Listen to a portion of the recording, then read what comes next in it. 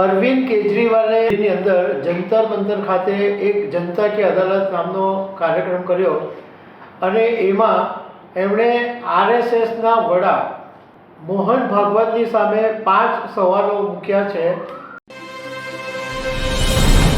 નમસ્કાર દર્શક મિત્રો, દિલ્હીના પૂર્વ મુખ્યમંત્રી અને આમ આદમી પાર્ટીના નેતા અરવિંદ કેજરીવાલે અંદર જંતર મંતર ખાતે એક જનતા કી અદાલત નામનો કાર્યક્રમ કર્યો અને એમાં એમણે આરએસએસના વડા મોહન ભાગવતની સામે 5 સવાલો મૂક્યા છે।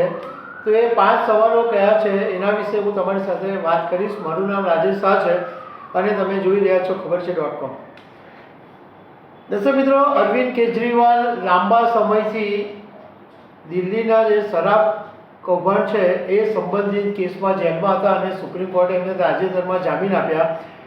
એ પછી એમણે દિલ્હીના મુખ્યમંત્રી પદેથી રાજીનામું આપી દીધું। હવે અત્યારે અરવિંદ કેજરીવાલ હરિયાણા વિધાનસભા અને દિલ્હી વિધાનસભા જે 25 ફેબ્રુઆરીમાં 2025માં આવી રહી છે એ ચૂંટણીની તૈયારીઓ કરી રહ્યા છે। એમણે દિલ્હીના મુખ્યમંત્રી પદેથી એટલા માટે જ રાજીનામું આપ્યું કે હવે તેઓ જે ચૂંટણી છે એના માટે ખુલીને કામ કરી શકે। તો રવિવારના દિવસે દિલ્હીમાં જંતર મંતર કરીને જે વિસ્તાર છે ત્યાં એમણે એક જનતા કી અદાલત નામનો કાર્યક્રમ કર્યો અને એમાં એમણે કાર્યકરો લોકોની સાથે વાતચીત કરી અને એમાં સાથે સાથે એમણે રાષ્ટ્રીય સ્વયંસેવક સંઘ પર પણ નિશાન સાધી દીધું। આમ જોવા જઈએ તો લોકસભા 2024 પછી રાષ્ટ્રીય સ્વયંસેવક સંઘ અને ભાજપ વચ્ચે મનમુટાવ જોવા મળી રહ્યો છે, મતભેદો જોવા મળી રહ્યા છે। કારણ કે મોહન ભાગવત પણ અનેક પ્રસંગોએ પ્રધાનમંત્રી નરેન્દ્ર મોદી અને ભાજપની સામે નિશાન સાધી રહ્યા છે। તો આરએસએસના બીજા કેટલાક નેતાઓએ પણ હમણાં ભાજપની વિરુદ્ધમાં વાતો કરી છે। હવે આના અનુસંધાનમાં અરવિંદ કેજરીવાલે આ જાહેર મંચ ઉપરથી આરએસએસના સંઘ સંચાલક મોહન ભાગવતને 5 સવાલો પૂછ્યા છે।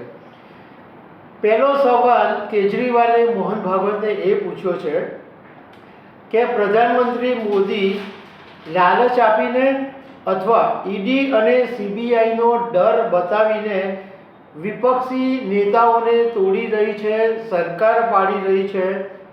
શું આ દેશના લોકતંત્ર માટે યોગ્ય છે? મોહન ભાગવત માને છે કે આ દેશના લોકતંત્ર માટે હાનિકારક છે? બીજો સવાલ કેજરીવાલે એ પૂછ્યો કે દેશના સૌથી ભ્રષ્ટ નેતાઓને પ્રધાનમંત્રી નરેન્દ્ર મોદીએ પોતાની પાર્ટીમાં સામેલ કર્યા છે। જે નેતાઓને પ્રધાનમંત્રી નરેન્દ્ર મોદી અને અમિત શાહ પોતે ભ્રષ્ટ કહેતા હતા એવા નેતાઓને ભાજપમાં સામેલ કરવામાં આવ્યા। તો મારો મોહન ભાગવતને સવાલ છે કે શું તમે આવી બીજેપીની કલ્પના કરેલી? શું આ પ્રકારની રાજનીતિથી આરએસએસ સંમત છે? ત્રીજો સવાલ કેજરીવાલે એ પૂછ્યો છે કે શું તમે ક્યારેય પ્રધાનમંત્રી નરેન્દ્ર મોદીને કહ્યું છે કે તમે ખોટો રસ્તો અપનાવી રહ્યા છો? શું તમે બીજેપીની કાર્યશૈલીથી સંતુષ્ટ છો? ચોથો સવાલ જે કેજરીવાલે પૂછ્યો છે એ છેલ્લા લાંબા સમયથી ચર્ચામાં છે। લોકસભા 2024ની ચૂંટણી વખતે ભાજપના રાષ્ટ્રીય અધ્યક્ષ જેપી નડ્ડાએ એવી એક વાત કરેલી કે પહેલાં અમારે આરએસએસની જરૂર પડતી હતી કારણ કે તે વખતે અમે સક્ષમ નહોતા, પરંતુ હવે ભારતીય જનતા પાર્ટી સક્ષમ થઈ ગઈ છે એટલે આરએસએસની જરૂર નથી। તો કેજરીવાલે આ વાતને પકડીને એમ પૂછ્યું કે આરએસએસ ભાજપની માં સમાન છે, તો શું તમને દુઃખ ન થયું જ્યારે તમારા બીજેપીના દીકરાએ આવું કહ્યું? શું આરએસએસના કાર્યકર્તાઓને આવી પીડા નહીં થઈ? જે આરએસએસ માં છે એને ભાજપ હવે આંખ બતાવી રહી છે।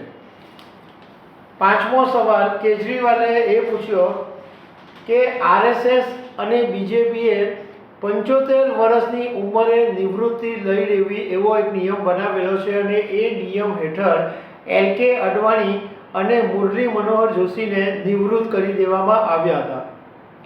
હવે થોડા સમય પહેલાં અમિત શાહે એવું કીધું કે આ જે 75 વર્ષનો નિયમ છે એ પ્રધાનમંત્રી નરેન્દ્ર મોદીને લાગુ નથી પડતો.